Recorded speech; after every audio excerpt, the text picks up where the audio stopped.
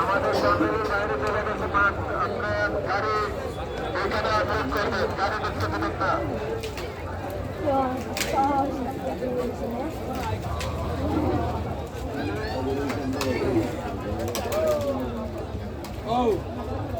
Gallery বা উঠে উঠে বার করলে গ্যালারি বন্ধ।